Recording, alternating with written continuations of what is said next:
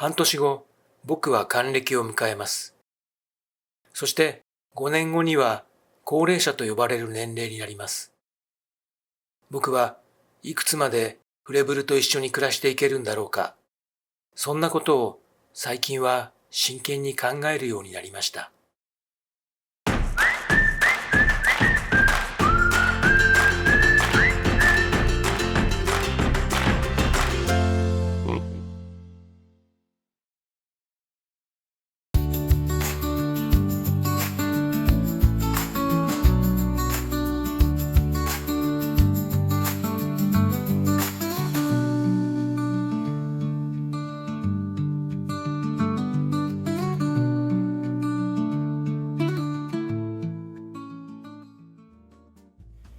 三部比のパパです。フレンチブルドッグを飼い始めて18年目、アラカン59歳です。僕は来年の3月に還暦60歳になります。そしてうちの三部比は来年にはボンが12歳、ひまわりが6歳、ランマルが4歳です。今僕は健康面では持病もないし、体の不調もありませんけど、この先3年5年と年を重ねていけば確実に老いていく。今よりもできないことがきっと増えていくはずです。そして10年後には70歳。その時僕はうちの子たちとどんな風に暮らしているんだろうか。もうこの年になってくるとそんなことばかり考えるようになってしまいました。そこで今回は僕がもっと高齢になってもフレブルと暮らしていくための部費活について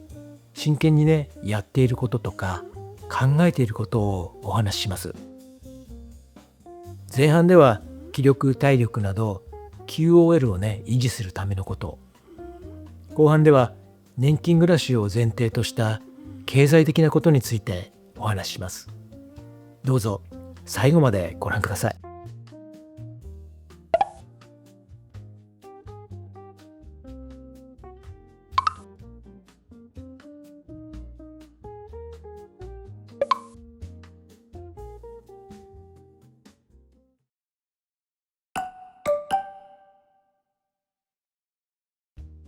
僕は人間ドックを毎年受けていますが、50代に入ってから何かと経過観察を要するって項目が出てきました。気になってそれを調べると、全部老化現象が原因っていうところにたどり着きます。もうやっぱり年相応に弱くなってくるんだなっていうのは実感してます。で、フレブルと暮らしている中で感じるこの体力面での老いっていうのも年々感じてくるようになりました。これ2つあるんですけど、1つは抱っこをする時です。抱っこをする機会って暮らしの中で結構ありますよね。で、うちではどういうことかっていうと、散歩とか出かける時に車で行く時、後部座席を全部犬用に開放してるんで、そこに抱っこで乗り降りさせるっていうのがあります。で、これが結構しんどくて、ボンとランマルは体重がどちらも13キロで、ひまわりは最近重くなって12キロぐらいあるんですけれども、これを3回連続してやらなきゃいけないっていうのがあるんですね。それと寝る時ですね。うちは2階が寝室なので、階段をこの子たち連れて3回登らなきゃいけないんですよ。これが結構しんどいです。で、僕は足腰って結構丈夫な方だったんですけど、50代半ばぐらいに初めてぎっくり腰やりまして、それからは毎年何かとぎっくり腰をやってるんですね。それと膝、片方の膝なんですけど、変形性膝関節症っていうんですか、そういうのの前兆みたいのがありまして、階段の上り下りに時々痛みが出たりします。なのでそういうのがないように、腰とか膝を痛めないように慎重に慎重にねやるんですけど、たまにね痛くて仕方ない時とかはね、やっぱりね妻に代わってもらうしかねないんです。でも妻もね腰がねあんまり良くないんで、3連続だとねやっぱりねきついんですよね。なのでよくね平屋に住みたいってね文句を言われますね。でもう一つね体力的に辛いことっていうと、リードをね引っ張られることです。普段散歩しててリードはねあんまり引っ張んないですけど、他のワンコ見かけたりね、公園とかでね遊ぶ時とかになると、やっぱりこのリードをね強く引っ張られるんですよね。右手にだいたい僕はランマルを持ってて、左手にひまわり持ってるんですけど、これがね2人して引っ張り方がちょっと違うんですよ。でランマルっていうのはビュンってね急にね走り出すんですね。ダッシュするんです。でそれでグイってやられて、何度かね僕はこの肘だったりとか肩だったりをね痛めたことがあります。でひまわりの方はねひまわりの方で体ねこいつ一番ちっちゃいくせにね力はなんか一番強いんですよ。でランマルのようにグッとはいかないんですけど、じりじりじりじりグイグイグイグイ引っ張る力がものすごく重くてですね、でここにランマルのビュンっていうのが加わると、本当にねなんか体をね持っていかれるぐらいになってね、この踏ん張るのがねものすごく辛い時っていうのがありますね。でこれ本当ね年々ねどんどんきつくなってます。で散歩から帰ってきても、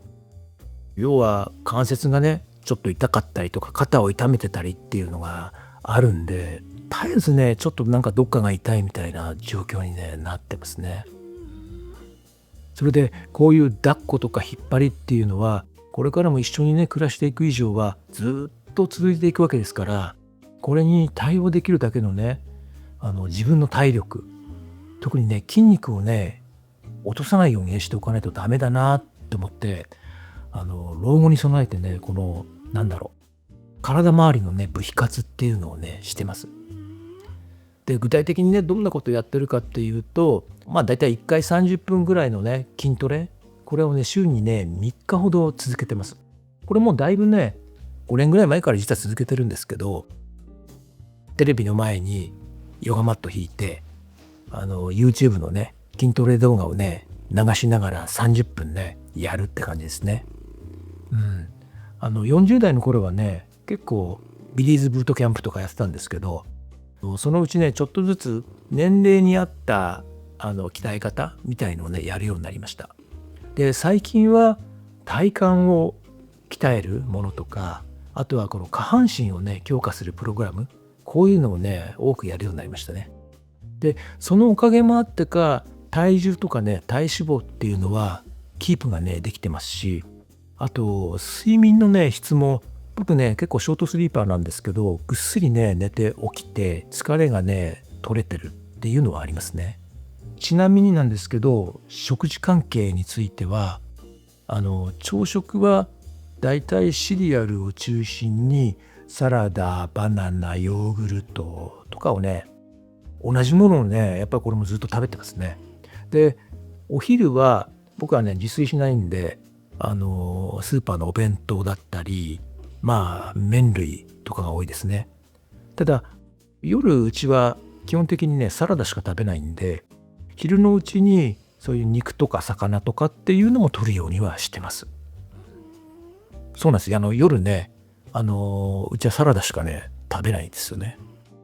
これもずっとね長い間そんな感じです。あとタバコはね38歳でやめました。でお酒だけはまだ、飲んではいるんですけど、週に3、4回かな、500ml のビールか缶チューハイ、これをね飲むくらいです。なのであとは部費活っていうかね、この子たちと一緒にね暮らしてるうちに、なんかこう年齢とともにあれ食べたいとかこれ食べたいっていうのはねなんかなくなってきましたね。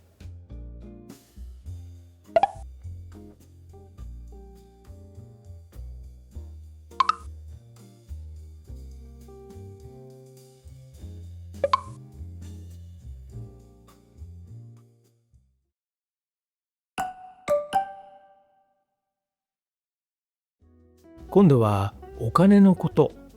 経済面についてです。現在ね、僕は映像ディレクターとして独立してね仕事はしてるんですけども、順調かって言われたら、全くそんなことはねないんですよ。やっぱり年齢的なこととかもありますし、ここ最近ねやっぱり AI っていろんな業界に入ってきてて、やっぱり映像業界にもね漏れなく入ってきてまして、そういう意味では仕事がね結構大きく激減してるところぐらいまでに来てます。会社員の方でも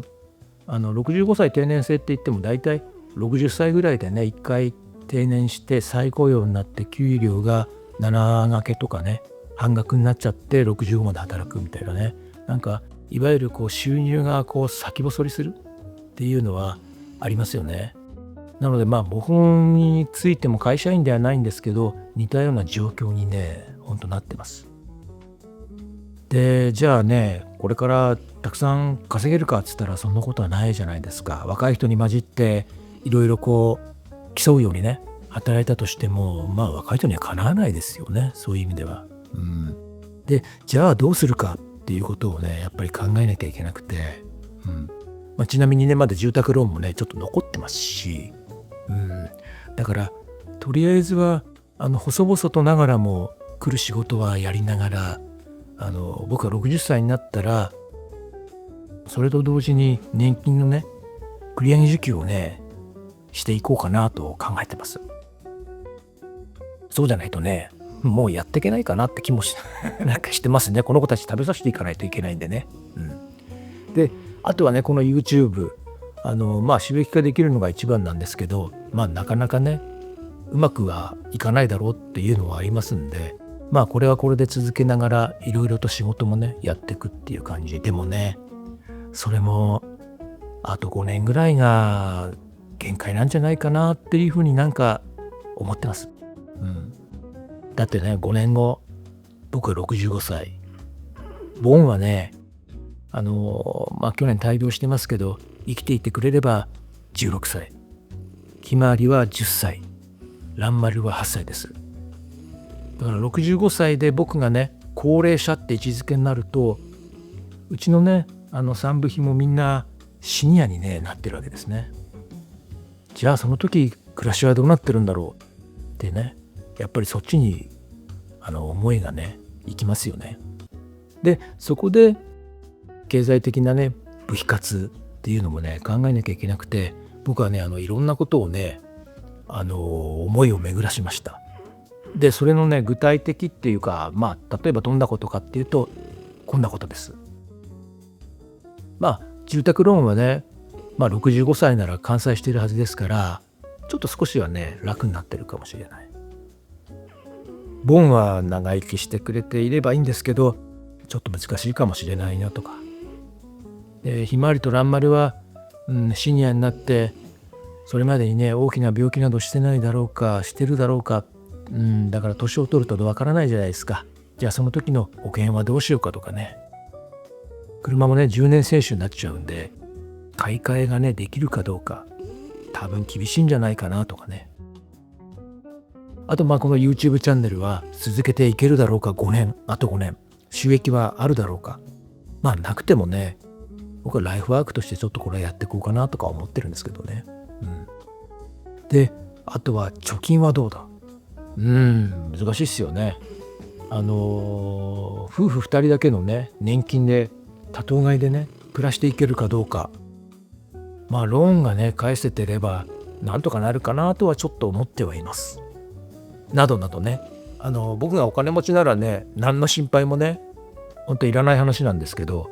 もう僕が40代からフレブロをね買い始めてるんで、今までいろんな動画でもお話ししてきましたけど、ほとんどのねものを全振りしてフレブルに注ぎ込んじゃってるんで、ろくにね誇れるような貯金がないわけです。でもそれでもね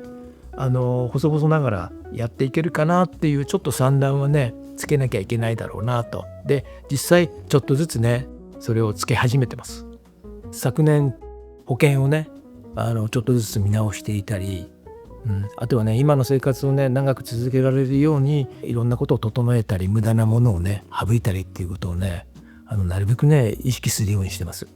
あと自分たちのねことはね、ほらもうこんな年になってくるとあんまり欲ってないんですよね。あれしたいとかね、これ欲しいとか、あれが食べたいなとか、どっか行きたいなとかっていうのはなんかあんまりね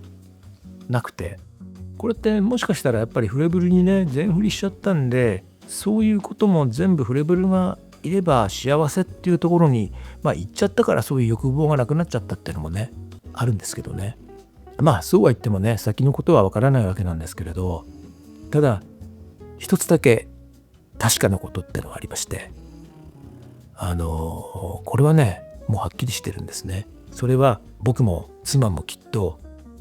自分たちのねこの老後のね楽しみなんていうものはねあまり考えてなくて、そんなことよりやっぱりねフレブルファーストでね最後までねやっていくんだろうなってことです。これはもう揺るがないですね。きっとだから僕たちね夫婦の老後っていうのはねそれ自体が部費活になるんだろうななんて思ってます。